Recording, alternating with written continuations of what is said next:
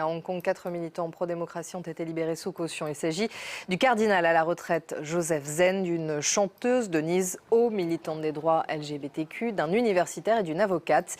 Ils avaient été arrêtés hier en vertu de la loi sur la sécurité nationale. Ces arrestations ne sont pas un hasard. Elles ont lieu juste après l'élection controversée de John Lee au poste de chef de l'exécutif de Hong Kong, un pro-Pékin. Notre correspondant dans la région, Lou Kisiela, nous en dit plus. Plusieurs défenseurs des droits humains considèrent que ces arrestations, c'est un signe de plus que la reprise en main de Hong Kong par Pékin va s'intensifier sous le mandat de John Lee. Il a été élu à la tête de l'exécutif hongkongais dimanche, mais il s'agit plus d'une nomination que d'une élection, puisque c'était déjà le seul et unique candidat, et ensuite que tout le comité électoral avait été approuvé au préalable par Pékin. John Lee l'avait dit, sa priorité, c'est d'appliquer les lois contre la trahison, la sédition, la collusion, autrement dit contre toute forme d'opposition politique.